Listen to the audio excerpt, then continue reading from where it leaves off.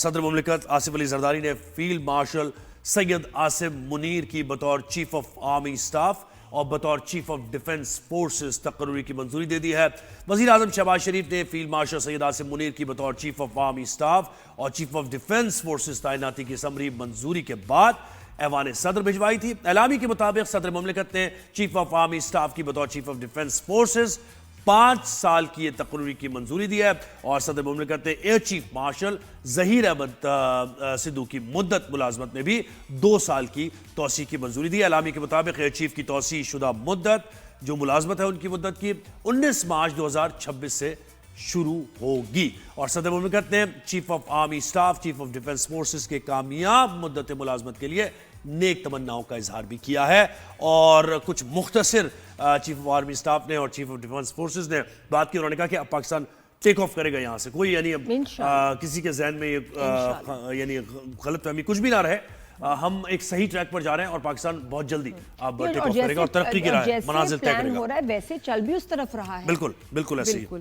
تو ہم اس پر بات کریں گے، ہمیں مریم فاطمہ صاحبہ نے جوائن کیا، ڈیفنس انالسٹ ہیں۔ مریم صاحبہ بہت شکریہ، گڈ مارننگ، آپ نے ہمیں وقت دیا رائزنگ شہر میں۔ جی مریم آئی ود جی گڈ مارننگ۔ اچھا مریم مجھے یس آئی ایم ود یو۔ جی بڑا میڈیا پہ افسوس اس دفعہ ہوا کہ کچھ جرنلسٹ، اینکرز، انفلوئنسر، جن کو میں خیال اب صرف یوٹیوبرز ہی کہنا چاہیے، انہوں نے بہت ہی مس لیڈنگ کچھ ویڈیوز بنائیں، خبریں پھیلائیں۔ انڈین میڈیا تو اپنا جو ان کا مافیا لگا ہوا ہی تھا، لیکن یہاں سے بھی کچھ لوگوں نے جو ہے بڑا مس لیڈ کیا اس میں اور بالکل بہت جھوٹ بھی بولا گیا مس لیڈ کے علاوہ۔ تو یہ کیوں انہوں نے ایسے کیا؟ اور اب جب ان کی کریڈیبلٹی اتنی افیکٹ ہوگی تو یہ تو کوئی صحیح بات نہیں ہے۔ دیکھیے وی نیڈ ٹو انڈرسٹینڈ کہ ڈس انفارمیشن کا دور ہے اور دیر آر آلویز رومرز اور اس کے علاوہ اسپیکولیشنز بہت زیادہ ہوتی ہیں۔ تو میرا یہ خیال ہے کہ وی نیڈ ٹو انڈرسٹینڈ کہ جھوٹ کی کیا ڈیفینیشن ہے، ہیر سے کو پھیلانا یہاں وہاں۔ سو یہ تو ایک مورل میں نے بات کر دی، لیکن coming back to the point of this development of the new office, اس کے لیے آپ کو یہ سمجھنا ہوگا کہ جب بھی کوئی ایک آفس ایبالش ہو رہا ہوتا ہے اور ایک نیو پوزیشن اسٹیبلش ہو رہی ہوتی ہے، اس پوزیشن کے ساتھ ظاہر ہے کوئی قانونی کارروائی ہوگی، کوئی پروسیجرل کارروائی ہوگی، آرگنائزیشن لیول کے اوپر ایڈجسٹمنٹس ہوتی ہیں۔ تو یہ سارے کے سارے معاملات کو جو ہے ڈیل کرنا اور پھر ڈیلیبریشنز ہوتی ہیں between the parliament and the military institutions. So we need to understand کہ اٹ از ٹائم ٹیکنگ اور ظاہر ہے there is a point where everybody thinks کہ سارا کچھ سارٹ آؤٹ ہو گیا۔ تو یہ اس پوائنٹ کا جو ہے کلمنیشن تھا جو کل آپ نے دیکھا، لیکن اس سے پہلے ظاہر ہے we actually are living in an age of information and I would like to correct myself, it's not just information, it is disinformation and misinformation as well. بالکل ایسے۔ اچھا مجھے مریم یہ بتائیں کہ ابھی 27ویں ترمیم اور اس میں چیف آف ڈیفنس سٹاف کا عہدہ تو، اور ہمیں یہ بتایا بھی گیا اور ہم نے دیکھا بھی کہ دنیا میں ظاہر بدلتی صورتحال ہے اور پوری دنیا نے اپنے قوانین کو بدلا ہے حالات و واقعات کو دیکھتے ہوئے، تو پاکستان میں بھی یہ کیا گیا۔ آپ نے کیسے دیکھا اس عہدے کو، کمانڈ سسٹم یا پھر ایفیشنٹ ڈیسیشن میکنگ، اس میں کتنا یہ فائدہ مند ہوگا یہ عہدہ؟ We need to understand this کہ پاکستان یہ پہلا ملک نہیں ہے جس نے یہ ڈیولپ کیا ہے اس آفس کو۔ ساؤتھ ایشین ریجن کے اندر انڈیا نے کیا ہوا ہے، سری لنکا نے کیا ہے، بنگلہ دیش نے کیا ہے اور یہ 3 سے 4 سال پہلے کیا ہوا ہے ان کنٹریز نے۔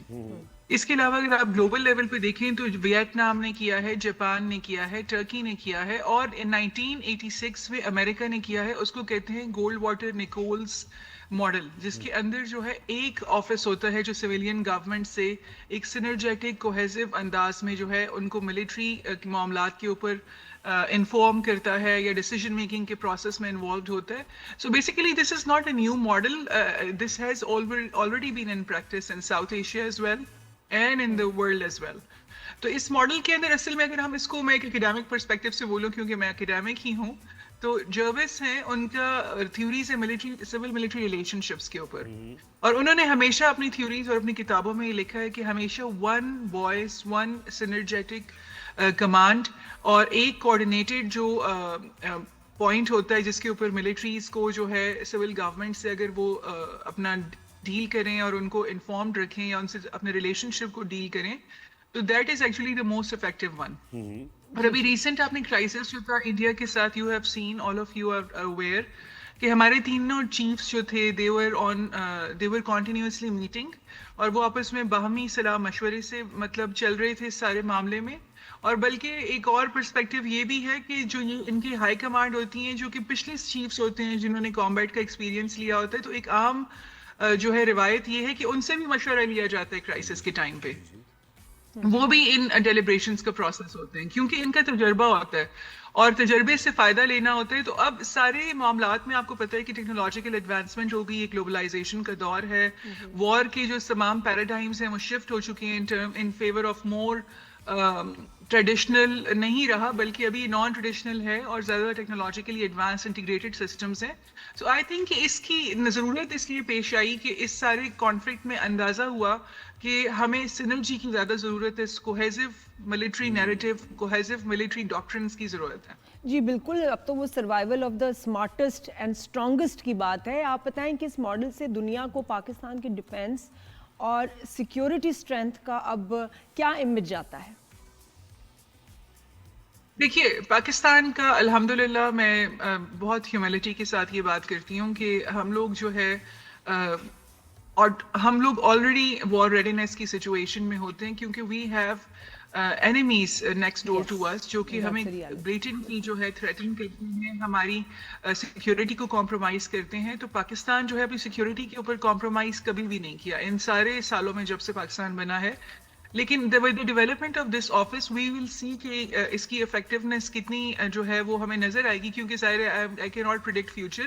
لیکن ایک اندازہ یہ ہے کہ چونکہ چیف آف جوائنٹ اسٹاف کا آفس ابالش کیا گیا ہے وچ واز آلموسٹ جو ہے وہ پریکٹیکل پرپزز شاید نہیں سرو کر رہا ہوگا, اس لیے اس کی ایفیکیسی کو بڑھانے کے لیے انہوں نے they have come up with this new development, new office کا اسٹیبلشمنٹ ہوا ہے. تو آئی ایم شیور کہ it will have positive effects کیونکہ ابھی ریسنٹلی جو ہمارے ملٹری ہائی کمانڈ کے جو ڈیسیجنس تھے جنہوں نے ہمیں بہت آؤٹ کم ڈیسائسو دیے ہیں with respect to India conventional warfare میں, تو مجھے لگتا ہے کہ they were very good, very sorted. تو مجھے لگ رہا ہے کہ انشاءاللہ hopefully this will also be going to be of good addition for the ہمارے military necessities اور advantages کے لیے ہمارے لیے اچھا ہوگا. اور مریم دیکھیں اس میں یہ بھی بات ہے نا کہ اگر آپ کا دفاع مضبوط ہوگا تو obviously اس کا ملک پر اثر یہی پڑے گا کہ آپ کی اکانومی مضبوط ہوگی, انویسٹمنٹ آئے گی.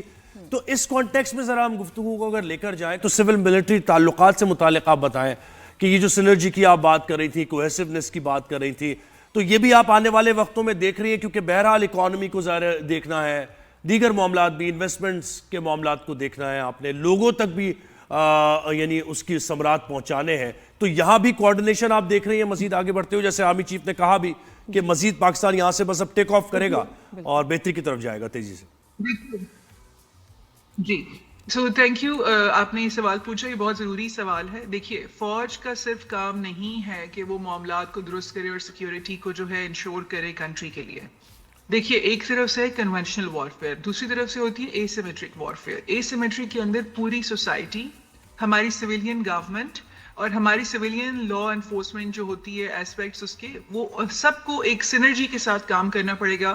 کیونکہ ایک طرف سے اگر کنونشنل وارفیئر ہمیں جو ہے تھریٹن کرتی ہے, دوسری طرف سے اے سیمیٹرک وارفیئر ہماری اکانومی کو تھریٹن کرتی ہے, ہمارے ملک کی پیس کو تھریٹن کرتی ہے, ہمارے سوشل اسٹرکچرس کو تھریٹن کرتی ہے, پولیٹیکل اسٹرکچرس کو تھریٹن کرتی ہے. So basically we need to understand کہ یہ ایک concerted effort ہے from all the stakeholders in order to ensure کہ ہمارا ملک security perspectives میں جو ہے وہ safe guarded رہے. اور اسی سے آپ دیکھیں اکانومی کا ڈائریکٹ لنک ہے. دیکھیے security and economy goes hand in hand. اگر آپ کی اکانومی اچھی ہے تو آپ کی سیکیورٹی اچھی ہے, اگر آپ کی سیکیورٹی اچھی ہے تو آپ کی اکانومی اچھی ہے. So basically these are both things that are actually I would say کہ یہ hand in glove کام کرتے ہیں. یہ آپ کو سمجھنا پڑے گا. جی بالکل صحیح. بہت شکریہ جی, آپ نے ہمیں ٹائم دیا. Thank you very much Maryam.